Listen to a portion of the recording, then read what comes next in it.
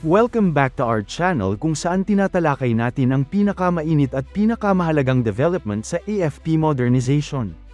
Sa loob ng maraming taon, paulit-ulit nating naririnig ang tanong, bakit hanggang ngayon wala pa ring multirole fighter jets ang Pilipinas? Bakit wala pa ring submarine? Bakit tila ang bagal ng pagbili ng mga high-end air defense at missile systems? Ang sagot dito ay hindi lang simpleng kulang sa pondo. Mas komplikado ito, at ngayon, mukhang may malaking hakbang na para masolve ang pinakaugat ng problema. Sa ilalim ng kasalukuyang sistema, ang mga major defense acquisition gaya ng multirole fighter, MRF, submarines, at malalaking warships ay sobrang mahal. Isang squadron ng MRF pa lang, maaari nang umabot sa mahigit $1 billion depende sa configuration, weapons package, training, at logistics support. Ganun din sa submarines, lalo na kung modern diesel-electric na may advanced sensors at torpedo. Matagal nang pinagpipilian ng Pilipinas ang pagitan ng F-16 Viper at Subjas 39EF Gripen bilang pangunahing kandidato para sa MRF program ng Philippine Air Force. Habang may FA-50 na ang PAF, ito ay light fighter lamang at hindi pa full-fledged air superiority platform. Kung gusto nating magkaroon ng credible air defense capability laban sa mas malalakas na air forces sa rehiyon, kailangan ng tunay na MRF na may beyond visual range missiles, advanced radar, at full interoperability sa allies. Pero dito pumapasok ang hadlang, ang presyo.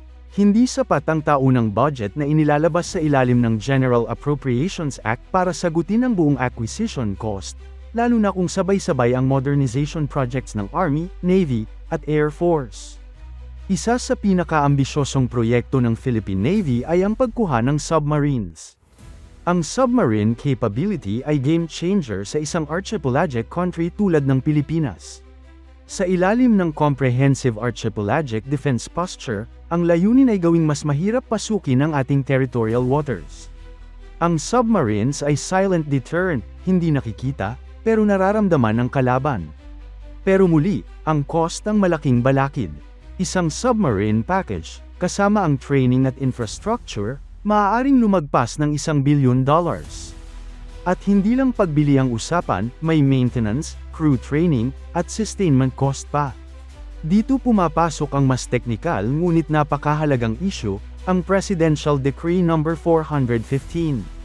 Ang PD 415, na ipinatupad pa noong 1974, ay nagtatakda ng ceiling na $300 million para sa foreign loans para sa defense acquisition. Noong 1974, malaki na ang halagang yun. Pero sa 2026 standards, napakaliit na nito kumpara sa presyo ng modern fighter jets, submarines, at missile systems. Ibig sabihin, kahit gustuhin ng gobyerno na umutang para pondohan ng isang malaking proyekto, may legal ceiling na pumipigil dito. Ngayon, may inihain na panukala si Arnan C. Panaligan, ang House Bill No. 8059. Layunin ng panukalang ito na amyendahan ang PD 415 at itaas ang foreign loan ceiling mula $300 million patungong $1 billion para sa isang single defense acquisition project. Ibig sabihin, kung bibili ng MRF, maaaring umutang ang gobyerno ng hanggang $1 billion para lamang sa proyektong iyon. At kung may hiwalay pang proyekto para sa air defense missiles o warships, maaari ulit umutang ng panibagong $1 billion para doon. Malaki ang epekto nito. Kapag naisabatas ito, magkakaroon ng mas malaking fiscal space ang gobyerno para pondohan ang urgent modernization projects ng Armed Forces of the Philippines sa ilalim ng revised AFP modernization program at ng Comprehensive Archipelagic Defense Posture. Mas lalong naging interesting ang diskusyon nang may nag-comment na mas mabuting gawing $2 billion ang ceiling dahil mabilis maabot ang $1 billion lalo na sa mas advanced systems. Ayon sa sagot ng kongresista, maaaring pag-usapan sa substitute bill ang pagtaas o kahit pagtanggal ng ceiling, depende sa rekomendasyon ng Department of National Defense at sa magiging deliberasyon sa House at Senate. Kung mangyari ito, posibleng tuluyan nang mawala ang pangunahing legal barrier sa pagkuha ng multi-billion-dollar platforms. Ano ang ibig sabihin nito sa MRF at submarine? Kung maipasa ang batas, una, mas magiging realistic ang pagkuha ng MRF within a single financing package. Pangalawa, mas magiging feasible ang submarine acquisition. Pangatlo, mas mapapabilis ang pag-rollout ng Integrated Air Defense Systems. At huli, mas magiging flexible ang gobyerno sa pag-negotiate ng government-to-government deals. Hindi na kailangang hati-hatiin sa maliliit na tranche ang financing na nagpapabagal sa proseso.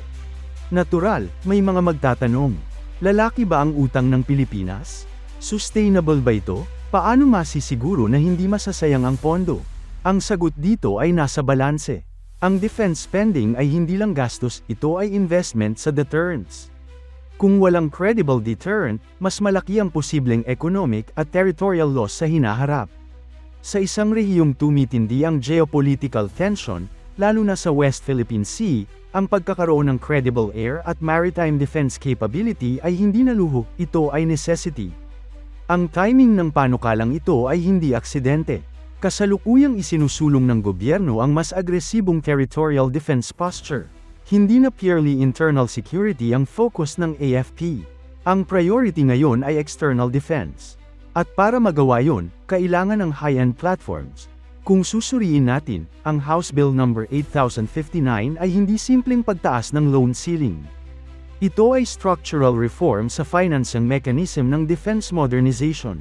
Sa loob ng maraming taon, ang problema ng AFP modernization ay hindi lang political will, kundi financial architecture. Ngayon, unti-unti itong ina-address. Possible scenarios. Scenario 1, mananatili sa $1 billion ceiling. Scenario 2, tataasan sa $2 billion.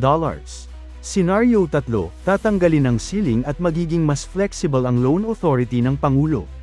Ano man ang mangyari, malinaw na may momentum para solusyonan ang hadlang sa pagkuha ng MRF, submarines, at iba pang strategic assets. Sa wakas, mukhang may konkretong hakbang para alisin ang isa sa pinakamalaking legal at financial barrier sa AFP modernization. Hindi ibig sabihin nito na bukas ay may darating na agad na fighter jets o submarines. Mahaba pa ang legislative process, committee hearings, plenary debates, Senate concurrence, at presidential signing. Pero ang mahalaga, gumagalaw na ang sistema. Kung maipapasa ang panukalang ito, maaaring ito ang maging turning point sa defense modernization ng Pilipinas. Mula sa pagiging limitado ng $300 million ceiling noong 1974, papunta sa mas realistic na financing structure na akma sa 21st century defense requirements. At kung mangyari ito, hindi na lang pangarap ang MRF at submarine, kundi konkretong hakbang patungo sa isang mas credible, capable, at modern armed forces of the Philippines. Ang tanong ngayon, gaano kabilis kikilos ang Kongreso? At gaano kalawak ang magiging suporta para tuluyang mabura ang hadlang sa multi-billion-dollar defense acquisitions? Para sa kinabukasan ng bayan, ito ang isa sa pinakamahalagang debate na dapat nating tutukan. Welcome back to our channel kung saan tinatalakay natin ang